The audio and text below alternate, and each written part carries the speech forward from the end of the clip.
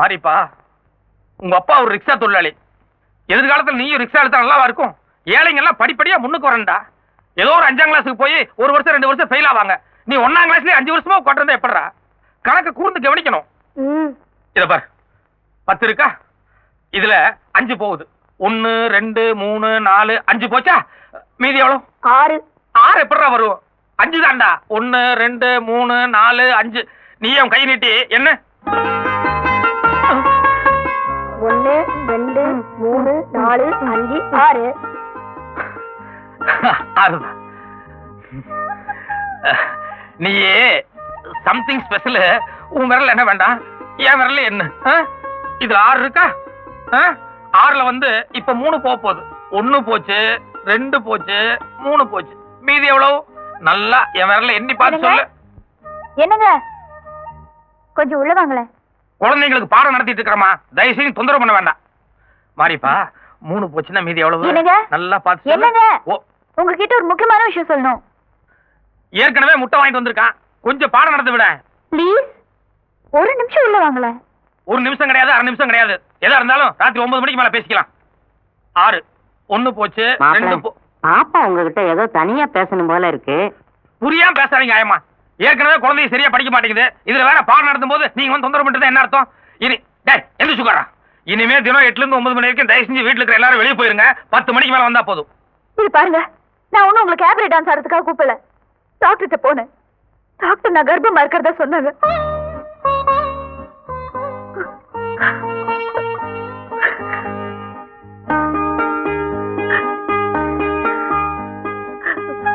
என்ன மன்னிச்சிரு Aarthi. Please please, வேணா 2 அடி அடிச்சிரு. இவ்வளவு சந்தோஷமான நேரத்துல அழாதம்மா. டாக்டர் என்ன சொன்னாரு? கர்ப்பம்னு சொன்னாரா? என்ன பாக்குறேன். இப்ப என்ன தெரியும்? ஒரு சின்ன அசைவு நெளிவு ஏதாவது தெரியுதான்னு பாக்குறேன். என்னங்க வேடிக்கை? போங்க போய் கணக்கு போடுங்க. 1 1 1 1 2 என்ன? என்னடா சொல்றீங்க? எனக்கு புரியல. 1 1 2 என்ன சொன்ன சாரே? 3 ஆனது என்ன கணக்கு? 3 டேய் டேய் டேய் வாழுங்களா. அதனால நீங்க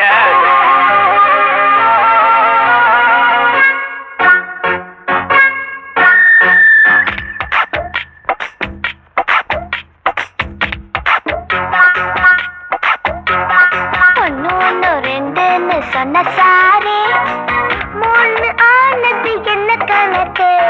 1 1 2 சொன்ன சாரே 3 ஆனது என்ன கணக்கு? கூட்டலாம் கழித்தலாம், அது சரி, பெருக்கலாம் வகுத்தலாம், சொல்லிக் கொடு எங்களுக்கும் போடுறோம். 1 1 2 சொன்ன சாரே 3 ஆனது என்ன கணக்கு?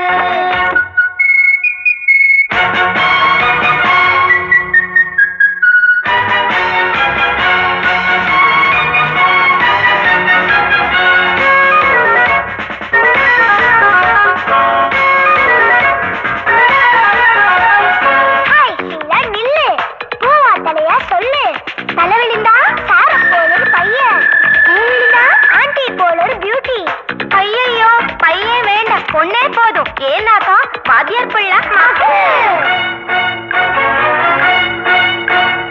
ஊரை பொறுத்த வரைக்கும் சார் ரொம்ப பாவி. உள்ள நுழைஞ்சு பார்த்தா சார் தன்னை தரின பள்ளியில் யாரும் சொல்லிக் கொடுக்கவில்லை.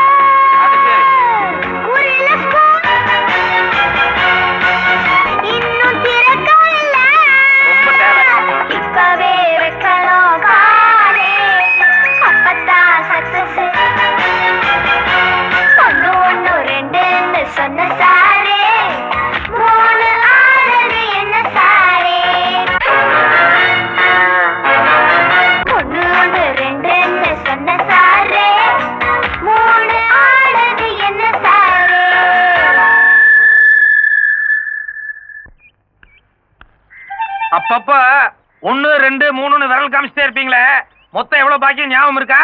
கிடைக்குங்கிற நம்பிக்கையே போயிடுச்சு, அதனால எல்லாம் மறந்து போச்சு.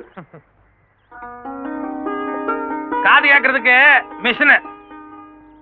உங்ககிட்ட காசு கொடுத்தா சீட்டாடி விட்டுருவீங்கன்னு சொல்லி 6 மாசமா உங்களோட சம்பள பணத்தை புடிச்சு வச்சு அதுல வாங்கினது. மீதி காசு உங்க சம்சாரத்திட்ட கொடுத்துட்டேன். என்ன நான் சொல்றதெல்லாம் கேக்குதா? ஏங்க அதான் உங்க மொத்த பாக்கி தீர்த்துட்டல, அப்புறம் இது என்ன கணக்கு? 5 பசங்களை பெற்றிருக்கேன், 10 வருஷமா செவிலா இருக்கேன். இதுவரைக்கும் ஒரு புள்ளிய அக்கறை எடுத்துக்கலீங்க. உண்மையிலேயே ஆசிரியரே, நீங்க தான் ஆசிரியரே, நீங்க தான். பரவாயில்ல, போய் வேலையை பாருங்க. எங்க உங்க ஹஸ்பண்ட் வரல? பின்னாலே வரேன்னாரு, இன்னும் வரல. No no, this is too bad. இது ஆபரேஷன் பண்ண வேண்டிய கேஸ். உங்க ஹஸ்பண்ட் கிட்ட பேசணும்னு எத்தனை தடவை சொன்னேன். ஒவ்வொரு வாட்டி இப்படி சாக்கு சொல்றீங்களே. அப்படி என்ன அவர் பிஸியா வேலை பாக்குறாரு?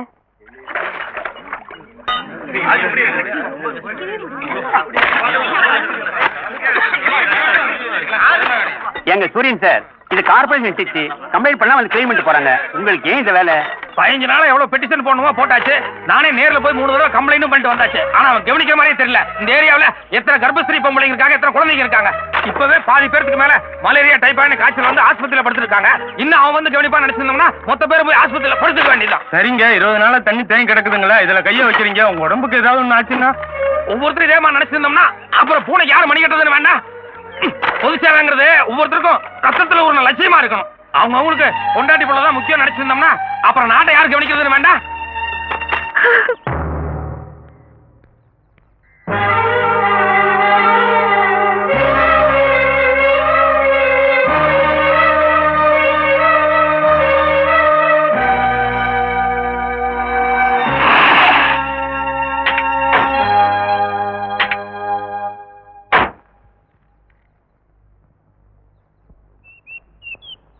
என்ன யோசனை பண்ணிட்டு இருக்க?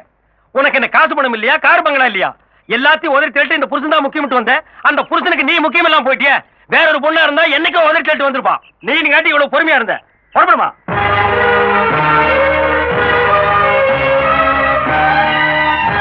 ஆர்த்தி, ஒரே ஒரு வார்த்தை.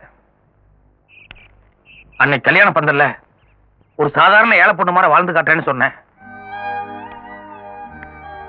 ஒரு சாதாரண ஏழை பொண்ணு இவ்வளவு வேகமா அண்ணனுக்கு போன் பண்ணி கார் கொண்டு வர சொல்லி வீட்டை விட்டு கிளம்பலாம்னு யோசிச்சுப்பாரு.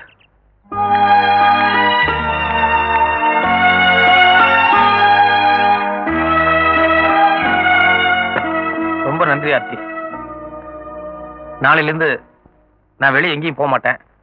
குழந்தை பிறக்க வரைக்கும் வீட்டுல உங்க கூடயே இருக்கிறேன். உலகமே தலைகீழ மாறப்போகுது. திருவாசகத்துக்கு உருகார், ஒரு வாசகத்துக்கும் உருகார். வான் கலந்த மாணிக்க வாசக, நீ தேன் கலந்த வாசகத்தை நான் உண்ணும் போது ஊனுருகி உடல் உருகி உயிர் உருகி என்றாலும் உருகி சிவனே என நான் இருக்கும் போது நானும் கொஞ்ச நேரம் உருகுறேன். வேஷ்டியை கட்டிக்கிட்டு பொட்டாட்டம் உட்கார்ந்துருக்கத பார்த்தா வெளியில எங்கேயும் போக மாட்டார் போல இருக்கு. ஏன்பா ஞானம், இன்னைக்கு வேதாரண்யத்துல உப்பு சத்தியாகிரகம், வீட்டுக்கு ஒரு இளைஞர் தேவைன்னு பேப்பர்ல படிச்சனே, நீ போல? அட போப்பா, என் பேர வரான்னு ராஜாஜி கிட்ட எல்லாம் சொல்லியாச்சு. நீ அங்க போ, தேச பிரச்சனை. தாத்தா, தேசம்தான் முக்கியம். இருந்தாலும் தாய்க்குள்ள மூஞ்சி தூக்கிதே. பாரு ஞானம், நீ பிறக்கும் போதே நான் உன்னை இந்த நாட்டுக்கு அர்ப்பணம் பண்ணிட்டேன். நீ உனக்கே சொந்தம் இல்ல, இந்த தேசத்தின் சொத்து.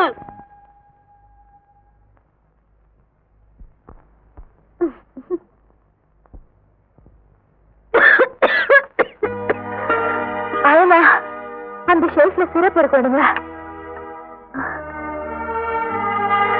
ஏமா இது ஆயிப்போச்சு போல இருக்க, நான் வேணா போய் வாங்கிட்டு வந்துட்டுமா? இல்ல பரவாயில்ல, நீங்க சமையல கவனிங்க. நீ இருமிட்டே இருக்கிறியம்மா. சாயந்தரம் வாங்கிக்கலாம்.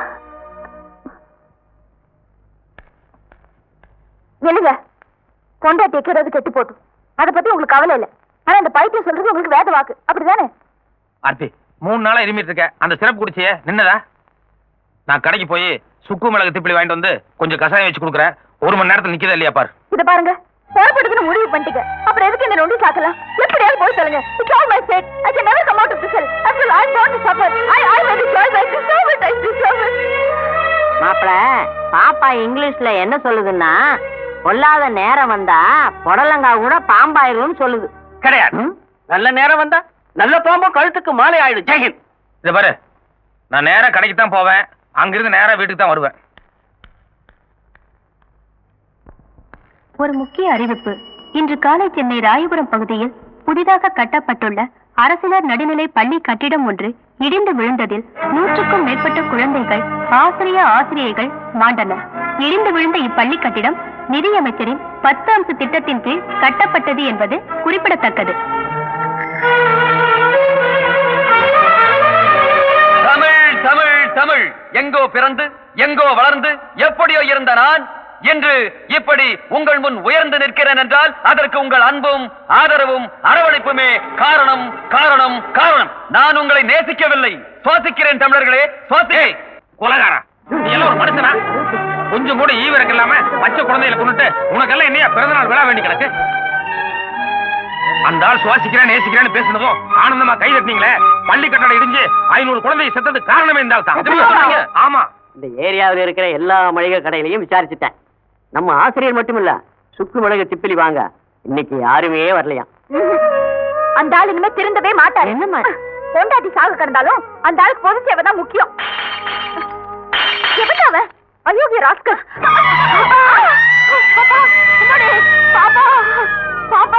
போலீஸ் என்ன வேடிக்கை பாருங்க. அந்த பள்ளி நாலு தட்டு தட்டி அவன் வேலை ஏத்துங்க. டேய், ஞாபகம் பிரச்சனை ஆரம்பிச்சுட்டான் போல இருக்கு. இதாண்டா சாக்கு. கூட்டத்துல 2 சோடா பாட்டில் வீசிடுவான். ஆமா, படி அவன் மேல வரட்டும். இன்ஸ்பெக்டர், இது அராஜகம். தப்பு பண்ணது அந்த ஆளு. அந்த ஆளை முதல்ல அரெஸ்ட் பண்ணுங்க.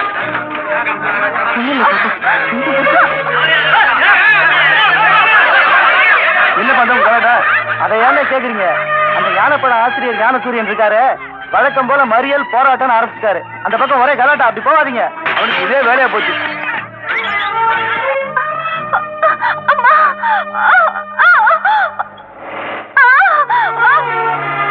இத பாருங்க பாட்டியம்மா, சீஃப் டாக்டர் இமிடியேட்டா ஆபரேஷன் பண்ணணும்னு சொல்லிட்டாரு. அவங்க வீட்டுக்காரர் கையெழுத்து வேணும். வந்திருக்காரா? வரலன்னா எப்படிமா? அவர் கையெழுத்து இல்லாம ஆபரேஷன் பண்ண முடியாது. யாராவது அனுப்பிச்சு சீக்கிரமா கூட்ட சொல்லுங்க. வீட்டுக்கு வரல, எங்க போயிருக்காருன்னே தெரியல. அன்னைக்கு நான் தான் ஆயம்மா, நான் என்ன கையெழுத்து போடுமா? அண்ணா, 2வது பள்ளிக்கூடம் இடிஞ்சு விழுந்த உடனே நம்ம கான்ட்ராக்டர் கந்தசாமி அலையடிச்சுட்டு ஓடி வந்து வரேன்னு சொன்னேன். கரெக்டா ஓடி வந்திருக்காரு பாருங்க. இந்தாங்க அண்ணா. என்ன இத்தனை குழந்தைங்க செத்து இருக்காங்க, இப்பவும் நீ வாய மூடிட்டு சும்மா இருக்கேன்னு என் பொண்டாட்டி பிள்ளையில காரி துப்புறாங்கண்ணா. இப்ப என்ன பண்ணலாங்கிற? ஸ்கூல் கட்டடம் கட்டின முறையில தான் தப்பு நடந்திருக்குன்னு போலீஸா கண்டுபிடிக்கிறதுக்கு முன்னால நாமளே போய் சரண்டர் ஆயிட்டா தண்டனை குறையும். அது மட்டும் இல்லாம நாம கட்டின ஸ்கூல் எல்லாம் உடனடியா இழுத்து மூடிடுவாங்க. மேற்கொண்டு குழந்தைங்க சாகாமையும் தடுத்துடலாம். ஓஹோ, அப்ப உன் கூட சேர்ந்து அண்ணனும் சரண்டரா சொல்றியா? அண்ணா புறப்படுங்கண்ணா. ஐயோ, அப்படியெல்லாம் இல்லைங்க. என்ன இப்படி? அண்ணா, என் உயிரை போனாலும் நான் உங்களை காட்டி கொடுக்க மாட்டேன்னா. பள்ளிக்கூடம் இடிஞ்சதுக்கு முழுக்க முழுக்க நான் தான் காரணம்னு என் கைப்பட லெட்டர் எழுதி வச்சிருக்கேன்னா. இதை இப்பவே போலீஸ்ல கொடுத்து நான் சரணடைஞ்சிடறேன்.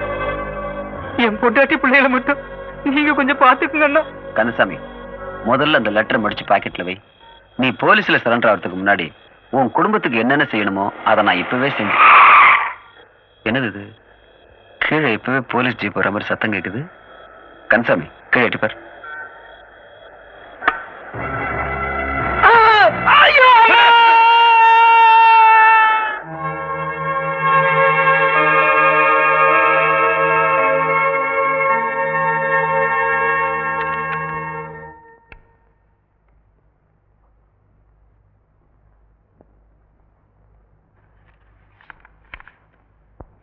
மகிழ்ச்சியான செய்தி ஆசிரியரே, ஆர்த்தி அம்மாவுக்கு குழந்தை பிறந்திருக்கு. ஆர்த்தி நல்லபடியா வீட்டுக்கு வந்துருச்சுங்களா? நல்லபடியா அவங்க வீட்டுக்கு போயிட்டாங்க.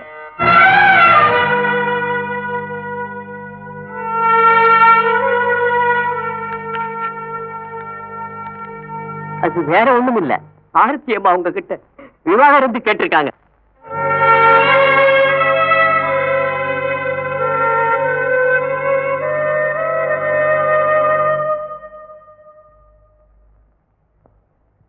ஏம்மா, என் கணவர் சித்த சுவாதீனம் சரியில்லாதவர், அதனால விவாகரத்து வேணும்னு கேட்டு பெட்டிஷன் கொடுத்துருக்கீங்களே, உண்மையிலேயே அப்படிதானா? இல்ல அப்படி சொன்னாதான் உடனடியா விவாகரத்து கிடைக்கும்னு சொல்லி உங்க வக்கீல் சொல்லி கொடுத்தாரா? முதலாளி, ஜட்ஜி ரொம்ப விவரமான ஆள் போட்டிருக்கு. ஏமா நீயா சொல்றியா இல்ல யாரா சொல்லி கொடுத்தாங்களா? இல்ல, உண்மையிலே சித்த சுவாதினம் சரியில்லை. மிஸ்டர் ஞானசூரியன், உங்க மனைவியோட குற்றச்சாட்டுக்கு நீங்க என்ன பதில் சொல்றீங்க? எனக்கு தான் அவங்களை சந்தோஷமா வச்சுக்க தெரியல. என்ன பிரியறதையாவது அவங்களுக்கு சந்தோஷம் கிடைக்கும்னா அதை நான் தடப்படுத்த விரும்பல. அவங்க உருப்படியே செய்யுங்க. ஆனா ஒண்ணு, எனக்கு பிறந்தது ஆனா பொண்ணான்னு கூட எனக்கு தெரியாது. எப்பாவது நான் அந்த குழந்தையை பார்க்கணும்னு ஆசைப்பட்டா அதுக்கு மட்டும் அவங்களை அனுமதிக்க சொல்லுங்க. ஏமா உங்க கணவர் பேசுறத பார்த்தா ரொம்ப தெளிவா இருக்கிற மாதிரி தெரியுதே. புதுசா பாக்குறவங்களுக்கு அப்படிதான் தோணும். ஓகே, ஆனா நீங்க உங்க பெட்டிஷன்ல டாக்டர் சர்டிபிகேட் ப்ரொடியூஸ் பண்ணல. அதனால 2 நாளைக்கு உங்க ஹஸ்பண்ட சைக்காட்ரிஸ்ட் டாக்டர் மோசஸ் கிட்ட அனுப்பி வைக்கிறேன். அவர் உங்க ஹஸ்பண்ட செக் பண்ணி பார்த்துட்டு உண்மையிலேயே அவருக்கு சித்த சுவாதீனம் சரியில்லைன்னு சொல்லிட்டாருன்னா அதுக்கப்புறம் இந்த கேஸை நான் ப்ரொசீட் பண்றேன். அதுக்கு அவசியமே இல்லைங்க யுவர் ஆனர். வணக்கம். அனுமதி இல்லாம கோர்ட்டுக்குள்ள வர்றது தப்புன்னு எனக்கு தெரியும். ஆனா அதே சமயம் அரசாங்க பொறுப்புல இருக்கிற ஒருத்தன் இந்த வழக்குக்கு தேவையான ஆதாரங்களை வச்சுட்டு சும்மா இருக்கிறது அதை விட பெரிய தப்பு. அதனாலதான் வந்தேன். ஏன்பா ஞானம், உப்பு சத்தியாகிறதுக்கு தானே நீ போன? அதுக்காகவா கைது பண்ணி இந்த கூண்டுல நிக்க வச்சிருக்கான் இந்த ஆளு? இப்பதான் வர வழியில கேள்விப்பட்டேன், காந்திஜி, நேதாஜி, ராஜாஜி எல்லாரையும் அரெஸ்ட் பண்ணி உள்ள தள்ளி இருக்கான். அடே வெள்ள கோக்கே, நீ அழித காலம் நெருங்கிடுச்சு. ஜெயஹிந்த். தாத்தா, காந்திஜி ராஜாஜி 2 பேரும் ரிலீஸ் பண்ணி அவங்க வெளியே புங்க மரத்து கடையில பேசிட்டு இருக்காங்க. நீங்களும் போய் அவங்க கூட பேசிட்டுங்க. வந்தே மாதரம். யுவர் ஆனர், பொதுவா பெரியவங்களை மறந்துடக்கூடாதுங்கிறதுக்காக குழந்தைகளுக்கு தாத்தா பேர் வைக்கிறது நாட்டு நடப்பு.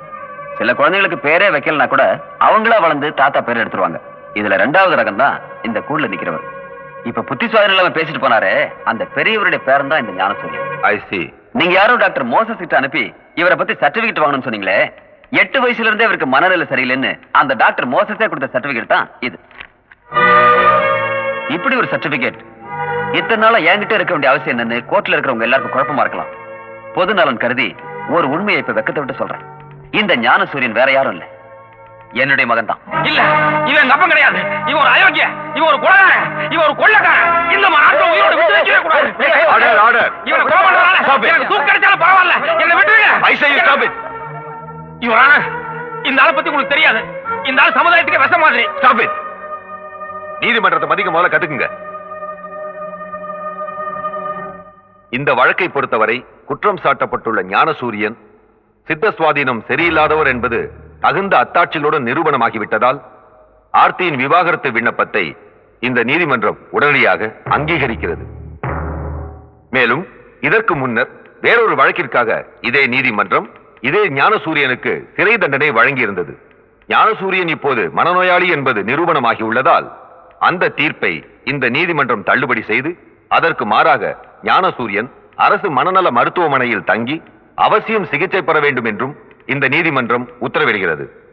அதோடு மனநிலை சரியில்லாத ஞானசூரியன் பத்திரிகை நடத்துவதற்கும் இடைக்கால தடை விதித்து இந்த நீதிமன்றம் தன்னுடைய தீர்ப்பை வழங்குகிறது.